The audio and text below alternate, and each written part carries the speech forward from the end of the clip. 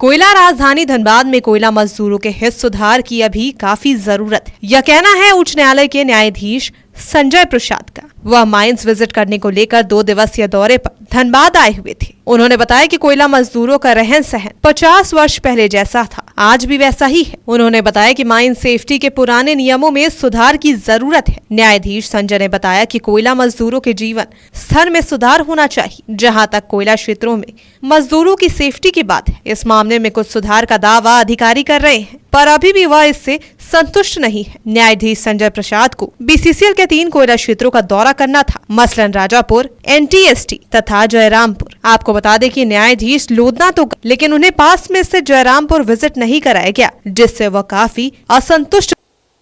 लेकिन विजिट का अनुभव मिक्स्ड है, बहुत अच्छा भी नहीं कहा सकता और बहुत अच्छा तो नहीं कहा। कि मैं धनबाद में 3 साल पहले वर्ष 70s के समय मैंने पढ़ाई की है और आज से लगभग 45-50 से पहले जो धनबाद झरिया रोड की स्थिति, भागा लोधना की स्थिति देखी, ऑलमोस्ट वही स्थिति आज भी है। ना कोई बदलाव है, ना कोई संतोषजनक प्रगति यहाँ दिखी। तो बहुत संतोषप्रद तो नहीं कहा जाएगा।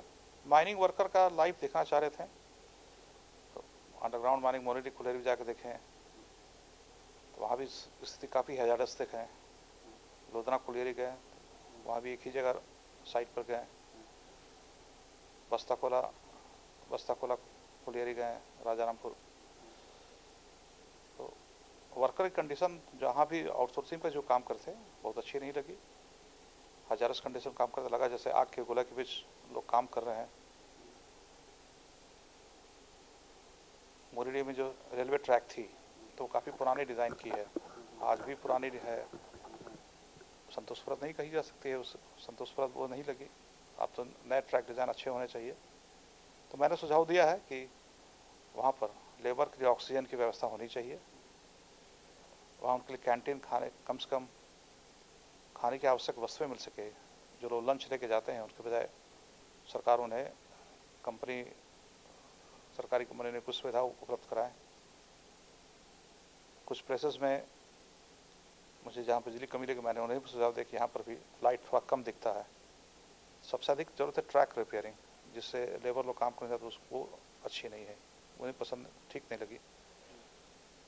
तो मैंने पूछा भी वर्क, तो उन्होंने कहा कि ये काफ़ी सालों से यही चला रहा है।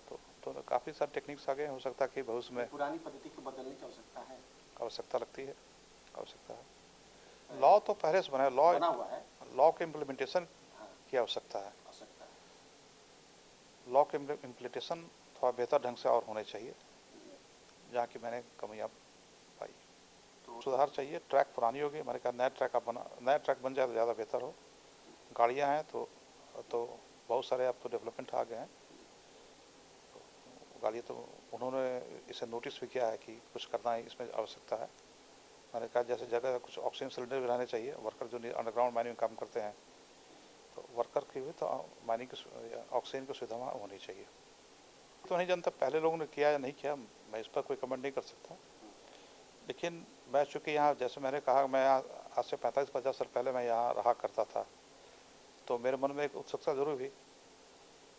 एक देश में एक व्यक्ति, काफ़ी महत्वपूर्ण व्यक्ति जो कि सामाजिक पद पर बैठे हुए हैं, तो उन्होंने एक चर्चा की थी कि आज से 30 साल पहले जहाँ लोगों ने शुरुआत की थी फर्स्ट जॉब की, तो वहाँ जाके देखने से क्या अनुभव डेवलपमेंट था। तो मैंने भी सोचा कि मैं आज से यहाँ 45-50 साल पहले कभी रहा था, तो इस क्षेत्र में क्या प्रकृति में क्या चेंजेज आया माइनर्स के। शहर तो बदले हैं, शहरों में डेवलपमेंट है, शहर की जो डेवलपमेंट है वो अपने आती है, लेकिन माइनिंग कंडीशंस में मैंने जो देखा ऑलमोस्ट उसी तरह से है। आज भी रोड के किनारे पर कोयला गिरे हुए हैं, डस्ट उतनी उसी तरह से उड़ रही है। फॉगिंग की ज़रूरत है। पॉल्यूशन जो होना चाहिए, पॉल्यूशन एक्ट की कड़ाई से पालन होना चाहिए, पॉल्यूशन की कड़ाई से पाने की ज़रूरत है।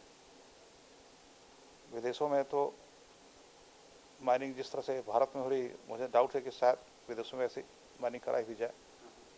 यहाँ वर्कर काफ़ी टफ कंडीशन में माइनिंग करते हैं, ऐसा प्रतीत होता है कि लेबर टफ कंडीशन में यहाँ काम करते हैं। हिंदुस्तान के लेबर हार्ड वर्कर हैं, लेकिन वो टफ कंडीशन में काम करते हैं। एक चीज़ मैंने देखा कि जो आप आए जिस उद्देश्य से आए, विजिट करना था आपको बीसीसीएल के 3 जगहों पर, लोधना एरिया के 2 जगह, एनटीएसटीसी और जयरामपुर और बस्ता कोला के राजापुर। तो आपको शायद एक ही कोयलरियों का विजिट कराया गया आउटसोर्सिंग में राजापुर का, 2 को नहीं। क्या रहा उसके पीछे? राजापुर तो मैं गया था, लेकिन जहाँ बस्तापुर में गया था, राजापुर बस्तापुर तो गया था, लेकिन जहाँ तक एनटीएसटी और जयरामपुर कोरियर के बात है तो बेहतर वही समझ सकते वहाँ क्यों नहीं गए। लोधना साइड पर ऑफकोर्स जरूर गए हम लोग, लेकिन तो क्या माना जाए, सीएमडी ने वहाँ नहीं ले गए आपको?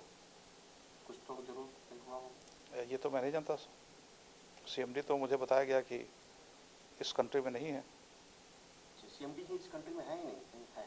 उनके डायरेक्टर थे, अब सीएमडी है उनका इंटरनल, मैं उस पर प्रोटोकॉल में कुछ कमेंट मेरे लिए करना उचित नहीं है। ये पॉलिसी डिसीजन है, मैं तो उस पर कुछ कमेंट नहीं कर सकता। ये तो गवर्नमेंट का पॉलिसी डिसीजन है, मेरे लिए इस तरफ से बैठ के बोलना उचित नहीं होगा। मेरा मानना प्रकृति अपना रास्ता स्वयं बना लेती है। मैं ला पाऊँ ना ला पाऊँ, आप ला पाए ना ला पाए, प्रकृति अपने आप रास्ता बना लेती है। यहाँ भी जब समय आएगा, एप्रोप्रिएट समय, तो प्रकृति रास्ता किसी न किसी माध्यम से बनेगी। अच्छा।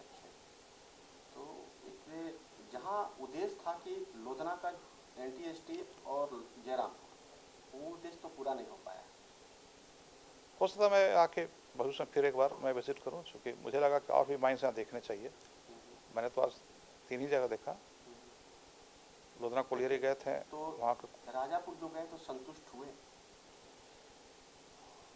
संतुष्ट मैं वहाँ भी पूर्णतया नहीं था, क्योंकि इसलिए संतुष्ट नहीं था कि कंडीशन तो काफ़ी हजारस है, जगह जगह धुएं, स्मोक से है, तो टफ जो भी काम कर रहे हैं उनके लिए तो टफ सिचुएशन है, काफ़ी टफ सिचुएशन मैंने देखा। चाहे अफसर हो चाहे वर्कर हो, कर्मचारी हो अधिकारी जो भी हैं, दोनों ही टफ सिचुएशन में काम कर रहे हैं। लेकिन ये पॉलिसी डिसीजन है, मेरे लिए ज़्यादा बोलना उचित नहीं है।